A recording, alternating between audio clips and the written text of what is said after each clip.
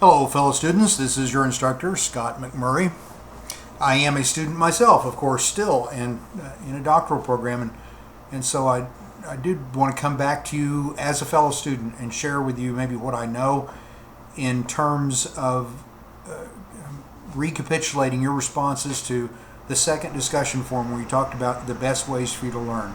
Lots of fascinating reading there, and reading that reminds me of many of my own challenges as I study for several degrees now. These things don't ever change, so it's good for you to develop strategies now. I did tabulate your responses, and I wanted to share with you what you said. Give you something to think about that maybe will help you beyond the scope of just this class. I hope for this to be a very short video, like the rest of the videos. Last one I posted was way too long. I'm going to try to keep videos down to around 7 minutes or less if I can. So what did you say? In reverse order, in the David Letterman type countdown format. I'm going to look at the ones that were only mentioned by one or two of you, and then ones that were mentioned by nearly all of you. The very first thing you said was, I could have done better. One of you said, I could have done better if I'd found a study partner. Let me remind you, learning is social. Often we think of academics as being cloistered somewhere and studying all by themselves, and certainly a lot of study happens that way, but especially when you first begin to study, you often will do better if you make studying a social activity. Develop a common method, a common perception, get reinforcement. The best educational model we have, one of the components is cohort learning. I mentioned I'm in a doctoral program right now, and we're in a cohort, and cohorts become extremely important as you go forward and will become more and more of your resource. So if look around you or look around online, if you're not going to campus at all, you're going to see names in this class that you will probably see in future classes. After all, you're all taking the same course now. Many of you probably share educational objectives and will become familiar with each other as you go forward. It's no crime to reach out to people in a friendly and non-committal way to see if they are interested in studying online or over the phone, or if you happen to both be on campus to study together. And that often can be a very helpful way to approach things. If I had taken better notes while I studied, someone said, I would encourage you to start thinking now that whenever you have your textbook, you also have something to write on. Electronic textbooks make this a bit more difficult, and I'm a big fan of electronic textbooks in the right environment. So if you're using one now for this course, maybe you say, pshaw, Mr. McMurray, I can take notes right here on my electronic textbook, and if you can, more power to you. And I realize there may be some advantages to that. I have never been very successful doing that. Even though I've used a lot of electronic texts, I still like to write something down when I have a little idea, just short notes, not extensive summaries. I read for pleasure. I try to read for pleasure the first time and just make a note. If it, just like listening to a radio program, if it stirs something in my imagination, I say, wow, I wonder about that. Make a note. Those are good notes. Notes are not just repeating everything that comes out of the professor's mouth or that you see on the paper. Also, if there's a kinetic component to your learning, as many of you said there was for you, writing is motion. So anything you can do to reinforce, as I've said before, to reinforce what you're reading with motions that you are making is not just good for kinetic learners, it's good for everybody. The more ways you can get the information, the more likely you are to be able to retrieve it. You use more of your brain or different areas of your brain to encode that information. If I had started studying earlier in the week, well, I'm not going to tell you that time management is easy. If you've had difficulty with time management in the past, there is almost certainly no simple solution for time management. We all have very extraordinarily busy lives. You probably noticed my lack of participation this week online, and that's because of my extraordinarily busy life right now.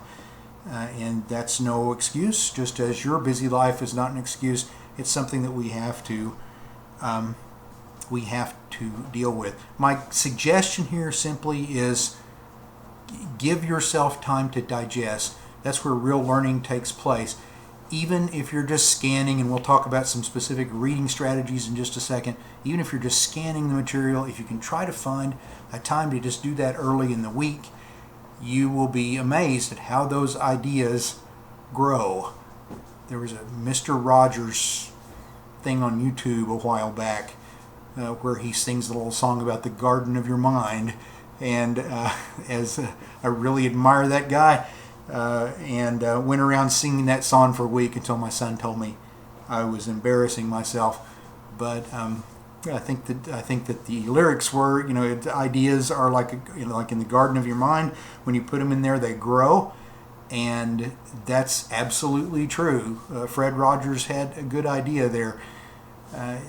If you can get those ideas in your brain earlier in the week, they'll grow throughout the week. You'll be more, even if you run out of study time, you will have at least implanted those ideas and had a moment to think about them. Later, when you write more, this is going to be the number one piece of advice I can give you right now for writing, right up through the level of work that I'm doing right now. Get something on paper early. It doesn't even matter if it's good. Get it on there fast, and give yourself enough time to come back to it in a few days. Coming back to it in a few days is where you will suddenly see it. Happens every time. You'll suddenly see, oh, I should have said this. If you can get far enough away from it to read it as if you're somebody else, you'll see your errors. It's often very difficult to do that when you first write. If I had had fewer distractions, I would have done better on the tests. Again, busy lives. I can't give you any simple method for eliminating distractions. It's easy for instructors to say, demand your time, remove yourself from distractions. Most of us, I assume, have families or jobs. This is the typical student now, families or jobs, and I would feel silly just telling you, just as I feel a little bit resentful as an adult student when I have instructors that say, avoid distractions. Well, no kidding. I'd love to avoid distractions. Unfortunately, that's not always possible. Let me give you this piece of advice, though. Don't distract yourself. My worst enemy sometimes is myself, and I feel like many of you can probably relate to that as well. That often it's you distracting yourself. What you do have control over, control. If you're able to turn the television off, turn it off. If you're able to turn off your iPhone or your email, your Twitter account, just the world will go on. You will not lose all your friends because you give that to yourself, that you demand of yourself to not be distracted. There are opportunities, as many as not, for you to distract yourself. At least don't be guilty of self-distraction. If I could remember word definitions, let me tell you right now, it's impossible to memorize everything you need to know, whether that's medical terminology or any other field that you're going to address in your career. It's impossible to memorize everything you need to know. And if that's all you are, just a memorization box, then after all, we've got the computer for that, right? You are not a wet circuitry, a meat computer for Google. What you should utilize is your fantastic human ability to put partial information together into workable systems. That's what we do well. That's what computers don't do well. If you're going to memorize something, memorize word parts. Look at word parts, and that will help you with definitions and with spelling. You can deduce the definition or induce the definition from a word if you know some of its parts. That way you don't have to remember a word for word definition. If I had reliable access to the internet course or text, this is never going to go away. 2 students said that they still had difficulties in this course with reliable access to the website. And of course, every course you take after this will probably use the internet even more. And so you've got to get a handle on it. My big suggestion here, public resources. If we all have difficulties from time to time, but as the need increases, the number of public resources increases as well. If you're situated locally here, you can go to OCCC and always get a secure connection, and that maybe will give you also a venue where you can study in private or study away from distractions. If you live in some remote location, chances are there are still some public resources, like almost any public library, where you can get this kind of access for yourself. I would have done better if I had made use of some of the study aids we've talked about in the course. Some of the students who reported that they have done very well so far, nearly all of them report that they have used something like this to help them study. Not all of you. Pick the ones you think will. Pick one. I guess my advice here would be, if you have found so far that you're struggling, but it's not because of these other reasons, you have devoted time to it, you have read the material, you have taken notes, and you go into a test and you feel like, I think I'm ready for this, and then you don't make a very good grade, so some experience like that where you say, hey, I'm not getting it, I just don't get it. I think for you, I would recommend you've got to find some other system of reinforcing the information that you're learning. That's the next thing I would turn to. I would turn to flashcards, social learning, using the PowerPoints, going through the end of chapter exercises. So apply this as needed for yourself. If I could remember word spellings or differentiate between similar words, a lot of these words look alike, do they not? And as we're getting more serious now about pronunciation, it's some of these words will sound a lot alike. And again, I would refer you to the fact that it's impossible to memorize how every word is pronounced, but if you memorize word parts, then and understand how words are combined. Remember chapter 1, words are combined. The combining form has that /o on the end. As a matter of fact, the combining vowel is nearly always O. So if you're thinking about how do I spell a word, well, if it's a word that has an ending on it and it needs a vowel to connect the combining form with the suffix, and if you don't know what I'm talking about, you probably need to review chapter 1, then that means that vowel in the middle is probably an O 99% of the time. I will also mention here, spell checker is not particularly helpful. It's very easy in this course for us to start using words that you're not going to find in a standard spell checker. Special purpose medical spell checkers are, I suppose, available. I've never installed one. So don't, just because word in this case highlights a medical word in red, it puts those red squigglies under it, don't believe it. It may or may not understand the word you're trying to spell. Use your textbook and, again, memorize word parts.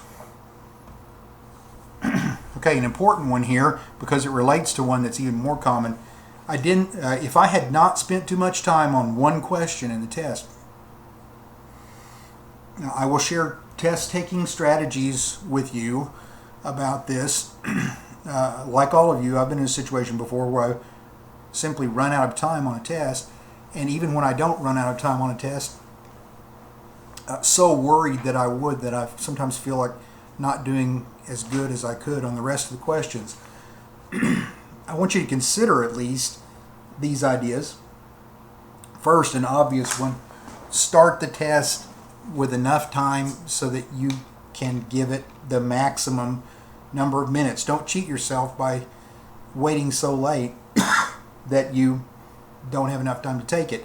those extra 20 minutes of studying that you're cramming in are not going to be worth it if it means that you cut 20 minutes off the test.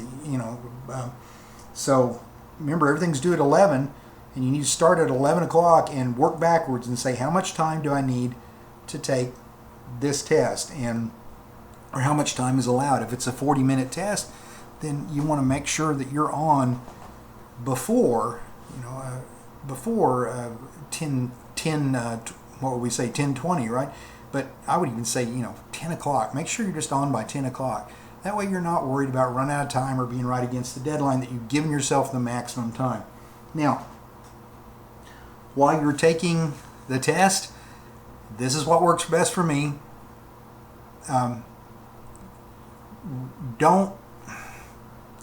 After much going back and forth on this, let me tell you what I think. Don't go through and answer the ones you know and then come back and do the rest of them. I know that is tempting, but what you end up doing is spending extra minutes on the same hard question over and over again, right? Think about it. Question number 1, oh, I know that. Question number 2, I'm not sure. And so I'm going to go on to question number 3. Well, you see, you've already spent that time reading question 2, but when you come back to question 2, I don't know if that's going to help you very much. You're still going to reread question 2. If you do that 3 or 4 times, you can see how you easily spend way too much time on a question. My suggestion would be, don't do research the first time through. Answer each question as well as you know how. If you're pretty sure you're right, don't flag the question. If you have a serious question about it, or even just not really sure between 1 or 2 answers, go ahead and answer it and flag the question. There's a little flag on Moodle where you can flag that question so you can easily come back to it and go ahead and answer it. Keep your answers submitted. I believe in Moodle. It's been a while since I've taken a test in Moodle. I believe in Moodle you don't have to force them to save. I think they save automatically every few minutes. But in either case, make sure that your questions are saved as you go. And I would work through top to bottom. Since you have the test in that format, I'd work through top to bottom and put some answer on there, the best answer you can get, without stopping to do a bunch of research. Then you'll have pressure off of yourself when you get there. So now your 32 minutes have expired and you've still only got 8 minutes left, and there's 4 questions that you were just basically guessing on. You can go back to the flagged one and start to do some serious research. You don't have this baggage hanging, this psychological baggage of the fact that you've completely skipped that question. And you start to get tempted, if time gets tight, to go back and address it. Just think about the way that you can most efficiently use your time. My contention would be top to bottom, give the best answer you know without doing more than a few seconds of research or looking up, and go on to the next one, flag the ones you're not sure about, then go back up to the top of the test or to any flagged question and start doing the ones where it might take some more research.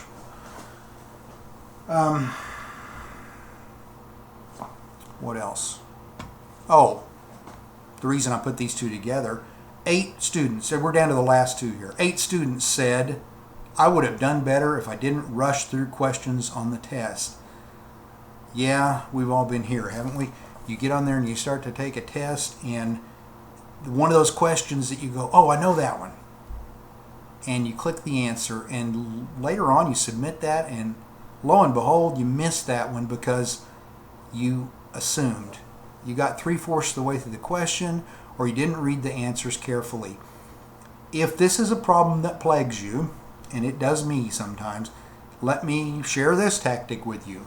Read questions out loud on the test. This may make you a very strange person if you're in a public forum, but better that than not doing as well as you could. You can even just mutter them under your breath. Reading is slower. Reading out loud is slower than reading silently. And when we read silently, this is what reading is. We've memorized the shape of those words. We jump through them very quickly. we make assumptive errors at a much higher rate when we read silently. When you read out loud, it forces you to slow down and hear the question because you yourself are speaking it. And when you hear a question, that's often, and slow down a little bit, that's often where you'll catch an error that you would have made otherwise with syntax. Last one.